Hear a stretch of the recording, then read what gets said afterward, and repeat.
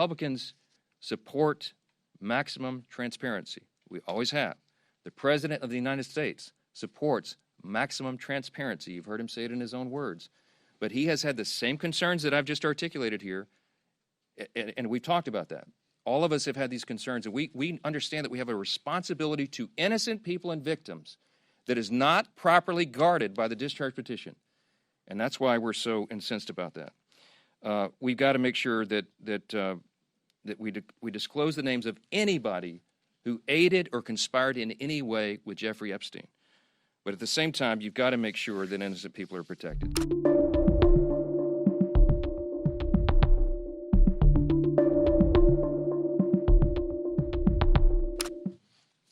Good morning, everybody. It's good to see you back. After 43 long days of the Democrat shutdown, we are finally back in regular legislative session. We have been very anxious to get here. We spent the last 6 weeks in our districts, most of the members of the House, at least the House Republicans did at least, 6 weeks they spent in their district, and many of them will tell you, and they've said publicly and privately, they did some of the best work of their career because they were right there with their constituents at home, in their districts, in their counties, in their parishes, in our case in Louisiana, working with their constituents and helping them navigate the consequences of the Democrats' pointless political games in the shutdown. They did some really important work. And we are ready and eager now to get back to the legislative session work, the other side of this job, so that we can deliver on our promises to the American people. The Republican Party has been doing this, and we will continue. We're going to continue to reduce the cost of health care. We got big plans to do that. We're going to continue reducing prices and the cost of living for American families. And, of course, to finish the rest of the appropriations government funding process. We've been needing to do that, and we are already working around the clock to accomplish those objectives. But with so many pressing issues on our plate, just very frustratingly to us, the Democrats are delaying that work even further with a political show vote. They're forcing a political show vote on the Epstein files. So we're just going to address that right at the top here this morning because they've spent so much time, the Democrats have, spinning the facts and trying to confuse the people that I wanted to come in this morning and just clearly explain for the people back home how we got here and why this vote is happening right now. First, a quick review of the relevant history here. For 4 long years under the previous administration, under the Biden-Harris administration, Democrats insisted there was no border crisis. Remember, they told you that that wasn't a problem at all. They dismissed inflation as transitory. That's what they told us. They told the American people not to believe what we could all see with our own eyes, that there was an obvious mental and physical decline on the part of President Biden individually.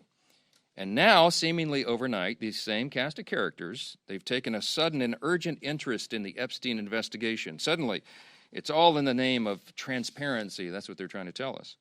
But the truth is, the biggest proponents of this discharge petition were never actually interested in transparency or ensuring justice or protecting victims of this unspeakable tragedy, the Epstein evils. And how do we know that? Because the Democrats had every one of the Epstein files in their possession for the 4 long years of the Biden administration. The Biden Department of Justice had the files the entire time.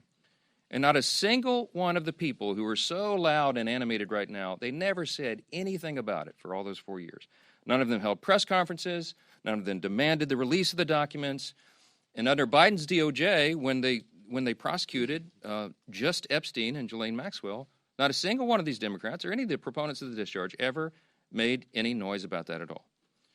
So it's fair for the American people to ask the question, why now? Why suddenly are they so interested? They have such an urgent interest in the Jeffrey Epstein matter. The truth is simple and straightforward and obvious for anyone who is willing to look at it objectively. Clearly, this is a political exercise for Democrats and a few others, sadly, and it is as deceitful and dishonest as their pointless stunt to shut down the government. Same ideology behind this. Democrats are trying to use the Epstein matter as a political weapon to distract from their own party's failures. And in a desperate attempt, they're trying to somehow tie President Trump to the scandal. President Trump has nothing to do with it. He has said himself he has nothing to hide. And that's clearly what they've been trying to do. They're trying to attack President Trump. This is what they've done. They weaponize the justice system over the last several years to go after him, and this is their latest attempt. And they don't have a platform or a principle to defend on the Democrat Party side, so they put all their eggs in this basket. And that's why you hear endlessly about Epstein, Epstein, Epstein. Everything's about Epstein. Now, this was an unspeakable tragedy, we said that. And we have great compassion for the victims. And I'm heartened that I met with the victims. Our House Oversight Committee members met with the victims, and they deserve justice. It has been too long delayed. Not just justice for what they were made to endure, but also we need answers on why it took so long for the Department of Justice itself to do that job under previous leadership. Republicans, meanwhile, are working in earnest to deliver transparency to the American people, and we're working to do that in a responsible manner that does no further harm to these innocent people and the victims who have been wrapped into this. There are a few key facts here that everybody needs to understand. First, I mentioned the House Oversight Committee doing its work. That is a bipartisan effort. They are already producing far more than the discharge petition even anticipates. Chairman Comer is our chair of oversight. Some of the biggest bulldogs in Congress serve on that committee, you all know, and I've mentioned this so many times. They have been, on the Republican and Democrat side, they're deeply dug in. They've been working around the clock. They worked even through the government shutdown, and there were tranches of documents that were released even over that period. So far, by last count, it's over 65,000 documents, Epstein file documents, that are now out in the public for everyone to review. That includes tens of thousands of pages from the Epstein estate. And that includes Epstein's flight logs, his personal financial records and ledgers, his daily calendars, and so much more. And none of that is even written or included in the discharge petition. So in other words, the Oversight Committee is doing far more than the discharge even anticipates, and the most valuable information thus far has come from the Epstein estate files.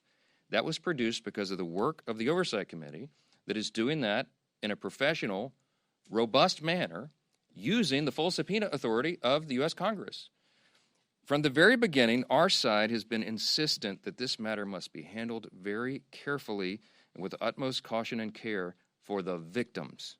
We want maximum transparency. We have always been about that. We want every single person who had any scintilla of evidence that they were involved in the Epstein evils, they need to be brought to justice, and it should have been done a long time ago. We need to find out who those people are. But in the meantime, you have to remember there are real people's, innocent people's lives at stake here, and young victims who don't want to be dragged into this political game because it could hurt further what they've already endured. They would be made to suffer more harm if Congress is not careful in what we're doing. And unlike our very important work that's underway in the House Oversight Committee, the Democrat-led discharge petition would carelessly dump thousands of documents without proper protections for the innocent. I brought a chart in here this morning. I want to illustrate for you what we are concerned with. Now, I was a federal court litigator. The members of our House Judiciary Committee, Republicans in particular, have many of these concerns. You have Chairman Jim Jordan and attorneys like Chip Roy, who's running for Attorney General of Texas now. You have Brad Knott, who's a former federal prosecutor, many members on the committee. Andy Biggs is running for governor of Arizona. They're lawyers, and they understand that the way the discharge petition was drafted is haphazard and dangerous. This is why we have been opposed to this point, okay? And I could be here for a long time going through all the details of it, but the big concern we've all had all along is that the House bill, if it's passed in its current form and it was signed into law, it is dangerously flawed. And our problem and our frustration is there's no way for us in the House to amend it or correct these problems because the authors of the discharge will not allow it.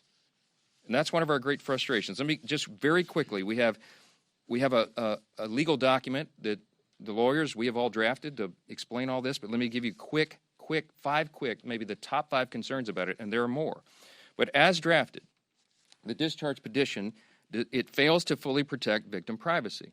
I'm going to read you an excerpt out of our legal document we put together to explain all this. Congress should give the Attorney General broader authority to redact all the victim information. The discharge doesn't do that.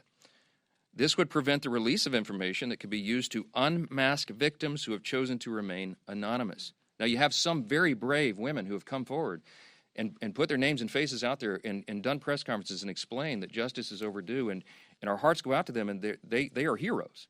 But you have as many as 1,000 women, by some of the accounts, who may be caught up in this. And the vast majority of them have not come forward, probably for obvious reasons. They don't want to be unmasked. But the discharge petition doesn't have adequate protections. It risks re-victimizing those who were trafficked and exploited. And the courts have recognized this concern, by the way. I'll read you a quick excerpt. On August 20th of this year, Judge Richard Berman of the Southern District of New York issued an order denying the DOJ's request to release Epstein grand jury materials, noting, quote, names and identifying information of victims appear in the subject materials, unquote. Judge Berman then quoted a letter related to the victims' concerns, which stated the following, quote, transparency cannot come at the expense of the very people whom the justice system is sworn to protect, unquote. And importantly, the judge quoted a letter from one of the victims. In the proceedings, she is named as Jane Doe 2. She said this is one of the victims, quote, I beg the court to make sure it is of the utmost priority that in any sort of release, all and every detail that could possibly reveal our identities be redacted. The victims of Epstein's evils deserve that protection, and the discharge does not currently provide it. Okay? Number two, the discharge petition could create new victims, okay? Because it requires the DOJ to release information even in cases where the DOJ or the FBI has already reviewed it and determined it is not credible. It is false information. Doing this and requiring this to come out could ruin the reputations of completely innocent people, such as those who have may just have known Epstein but knew nothing of his crimes or whose names he exploited. Think of this, innocent people whose names he exploited and used to try to get close to his intended victims. Their names may be in these files, and they had nothing to do with this. And so by just haphazardly releasing it, you're going to destroy their reputations. Releasing information containing the names of innocent people would subject those innocent people to a guilt by association. It would create an entirely new group of victims who have no means to clear their names. That's a concern of Congress, and it should be. It should be. Number three, the discharge in its current form fails to prohibit the release of child sexual abuse materials. That is a term of art. It's called CSAM, okay? It's defined in the U.S. Code. The discharge is so haphazardly written because, remember, it's just a political exercise for these guys. They don't seem to care about this, but they cited the wrong section of the U.S. Code. So when they say that we don't want child pornography to come out, child sexual abuse materials, of course, we don't want that released. They wrote this thing so quickly that they cited the wrong section. So you know what that means? It means that it doesn't really bestow any real legal authority on the Attorney General to redact those materials. And that would compel the DOJ to release that stuff into the public. Every single person in this room knows that's wrong, and you should stand against it.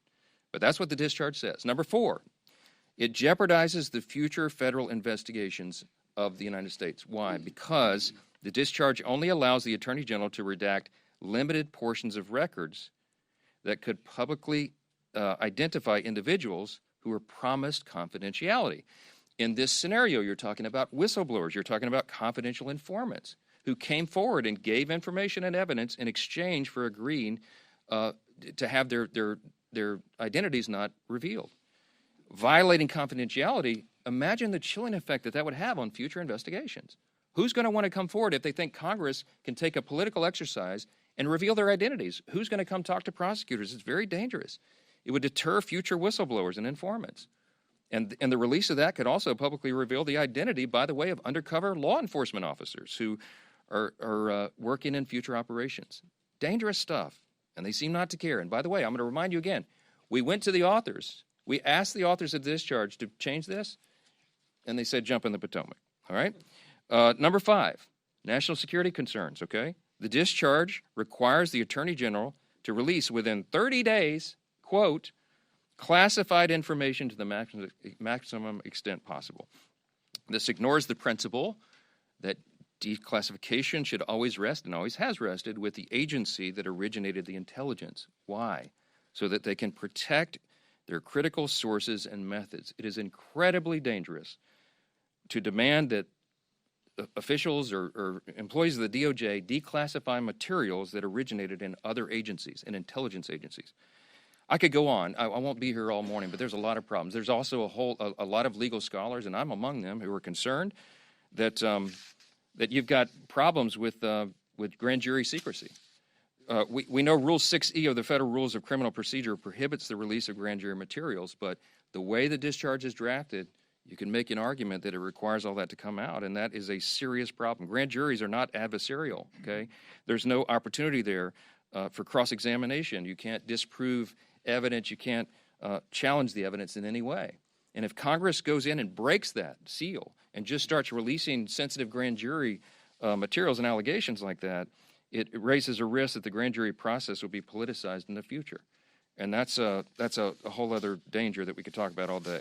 I'm gonna wrap this up and just say that Republicans support maximum transparency. We always have. The President of the United States supports maximum transparency. You've heard him say it in his own words. But he has had the same concerns that I've just articulated here, and we've talked about that. All of us have had these concerns, and we understand that we have a responsibility to innocent people and victims that is not properly guarded by the discharge petition. And that's why we're so incensed about that. We've got to make sure that we disclose the names of anybody who aided or conspired in any way with Jeffrey Epstein. But at the same time, you've got to make sure that innocent people are protected.